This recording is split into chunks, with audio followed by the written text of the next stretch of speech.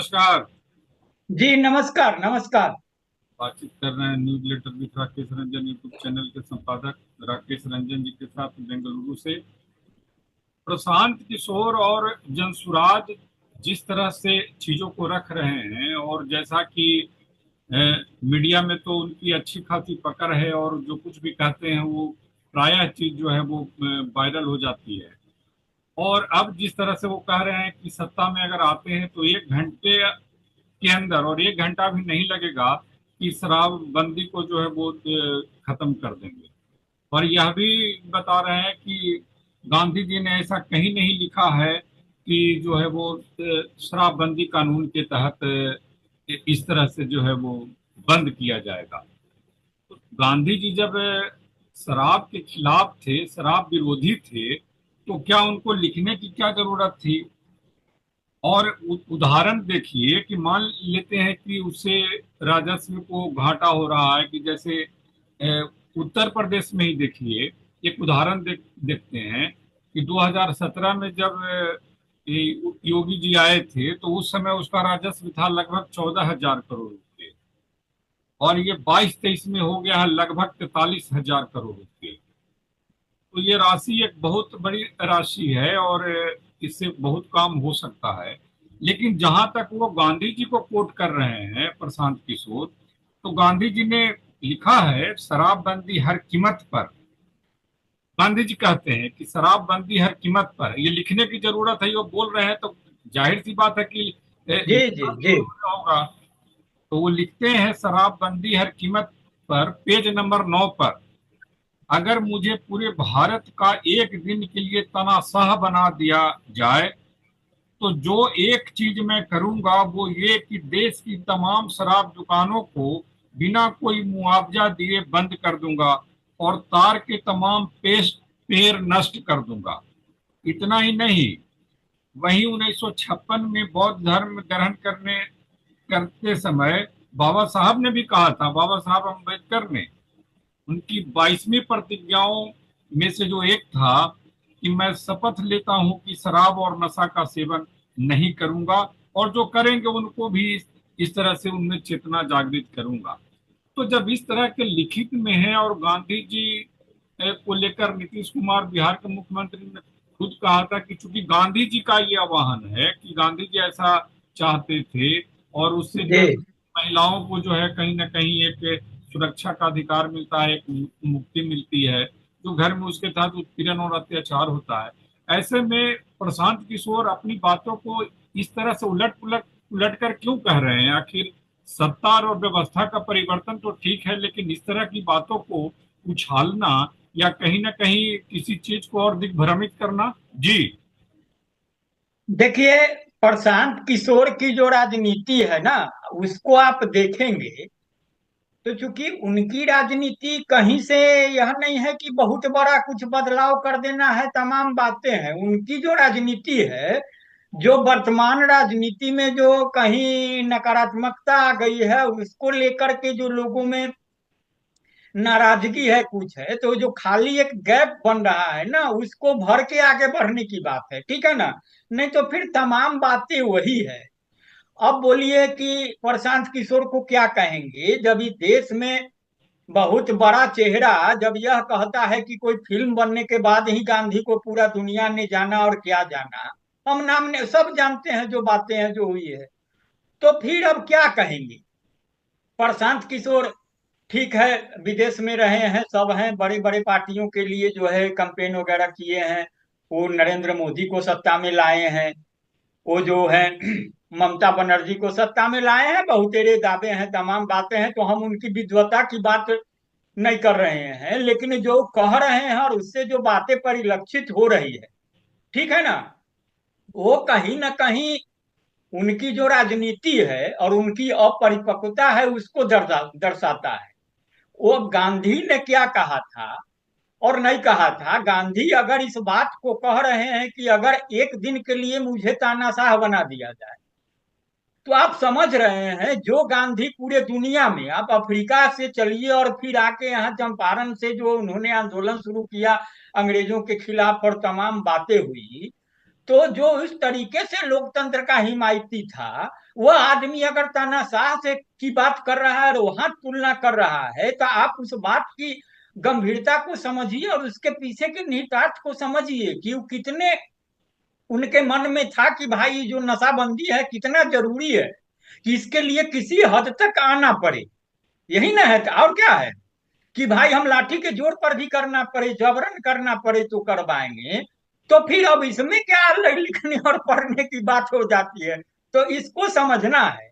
और देखिए, राजस्व की जहां तक बात है, तो स्वाभाविक है, राजस्व तो है ही है और तमाम बातें हैं, शासन चलानी है, व्यवस्था चलानी है, लेकिन उसके अन्य उपाय भी होते हैं।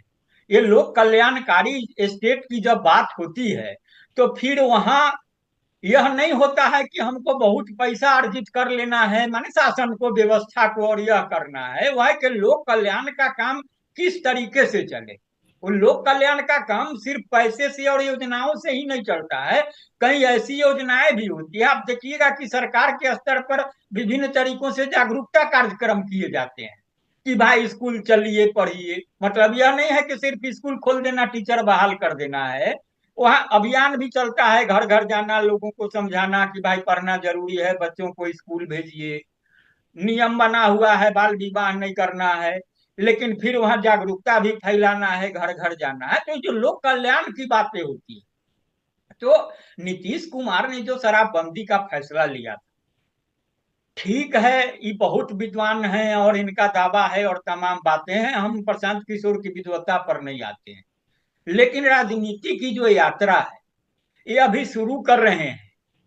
इनके पास सुनहरे भविष्य की एक उम्मीद है, एक कल्पना है, लेकिन जिस दौर को और जिस सफर को नीतीश कुमार ने देखा है और यहाँ तक पहुंचे हैं, वो उनका जो सफर रहा है, उनका अनुभव तो कहीं लाख गुना प्रशांत किशोर से जरूर ज्यादा है।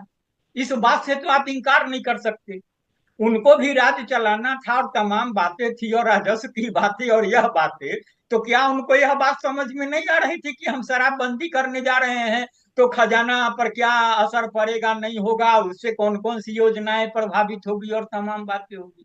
लेकिन उन्होंने मजबूती से फैसला उठाया, और सिर्फ खजाना पर ही प्रभाव पड़ने की बात नहीं थी।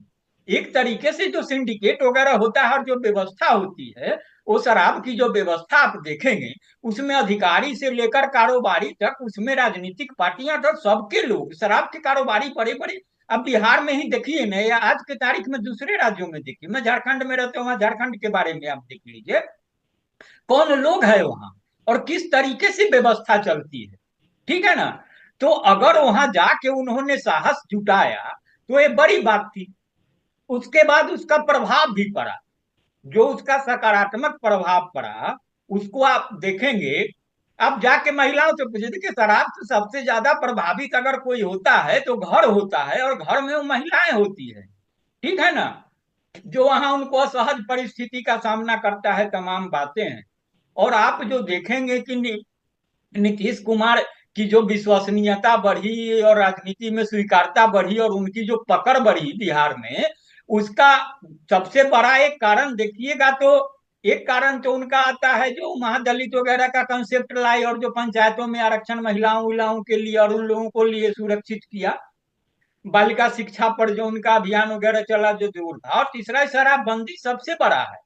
जिस दौर में, जिस चुनाव में कहा जा रहा था कि इस बार नीतीश कुमार तो साफ हो गए, उनको कहीं कुछ नहीं होना है, उस चुनाव में वो बहुत ताकत के साथ लौटे थे। तो आप यकीन मानिए कि उसके पीछे बिहार की महिलाओं की ताकत थी, महिला वोट बैंक की ताकत के पीछे, घर के विरोध के बावजूद महिलाएं घर से निकली और उनको वोट किया। तो ये सकारात्मक बातें थी। अब एक देखिए, इसका नकारात्मक पक्ष भी, नकारात्मक पक्ष यह है कि शराबबंदी पूरी तरह से प्रभावी नहीं हुआ।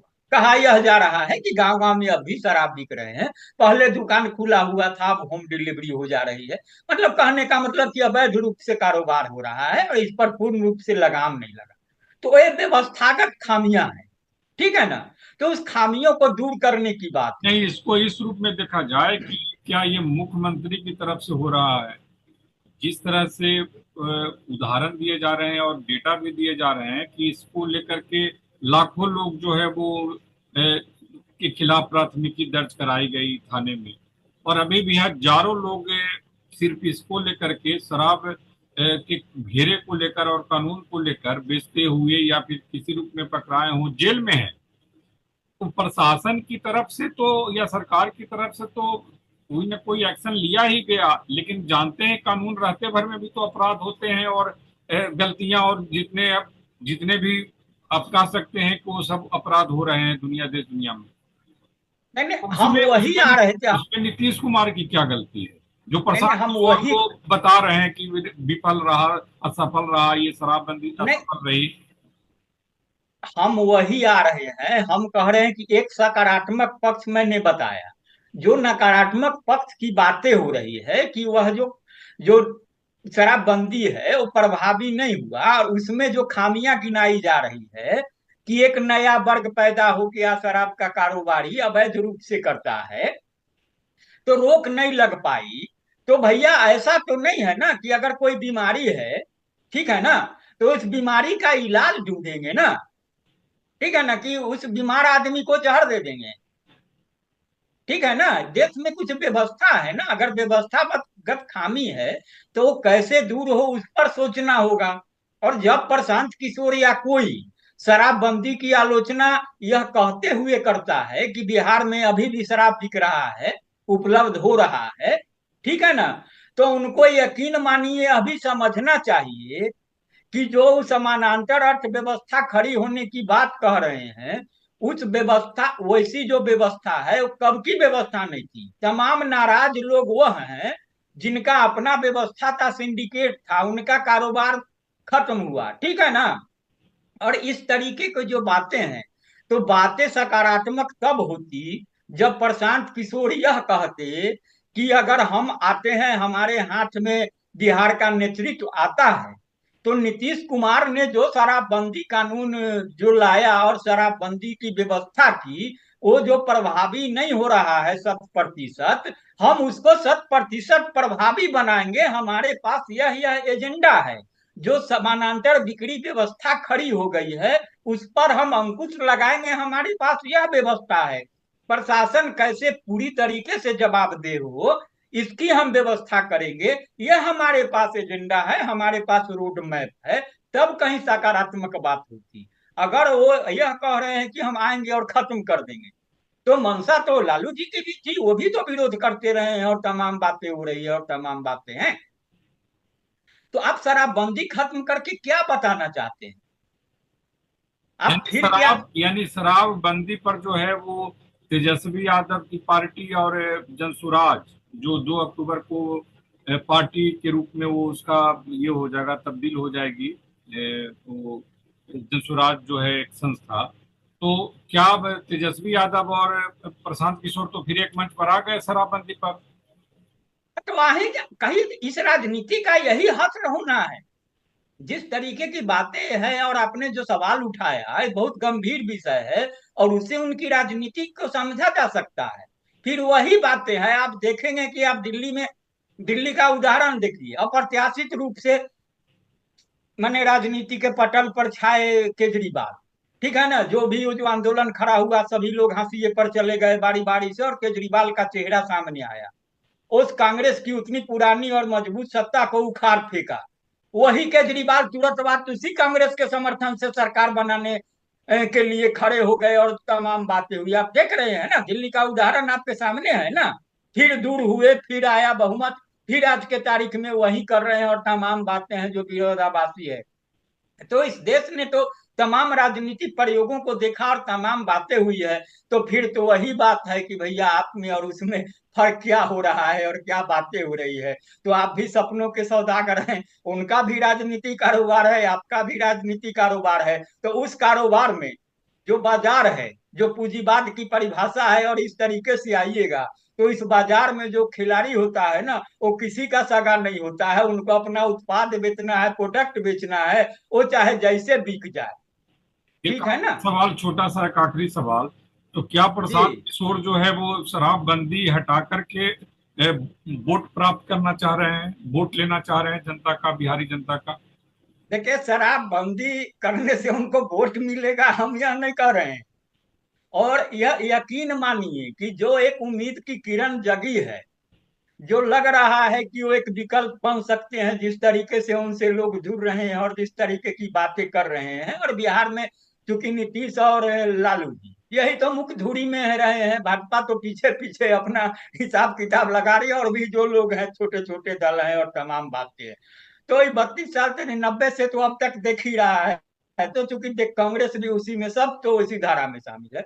तो आप अगर एक नई धारा बना रहे हैं और दिख रहे हैं जहां आप इन बातों के साथ सामने आएंगे, तो यकीन मानिए कि आपकी लोकप्रियता में जो उछाल है, भले यह बात सार्वजनिक मंच पर न आए, मीडिया में नहीं आए, क्योंकि आपकी मीडिया की बातें छिपी छुपी नहीं है, क्योंकि हम लोगों ने जीवन मीडिया में ही दे दिया, खपा दिया, सब कुछ देखे हैं।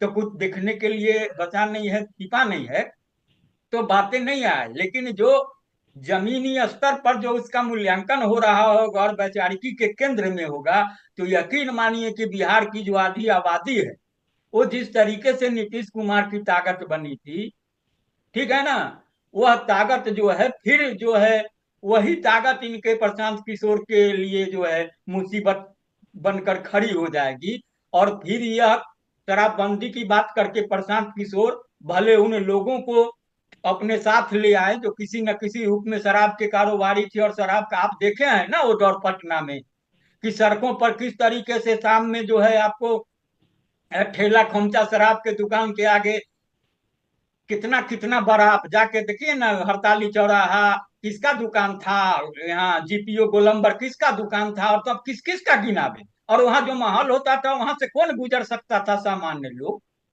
तो ये जो स्थितियां हैं, परिस्थितियां, तो आप किसको खुश करना चाहते हैं इन बातों से? इसमें आम जनमानस के हित कहाँ हैं? ये तो सवाल उनसे पूछे जाएंगे ना।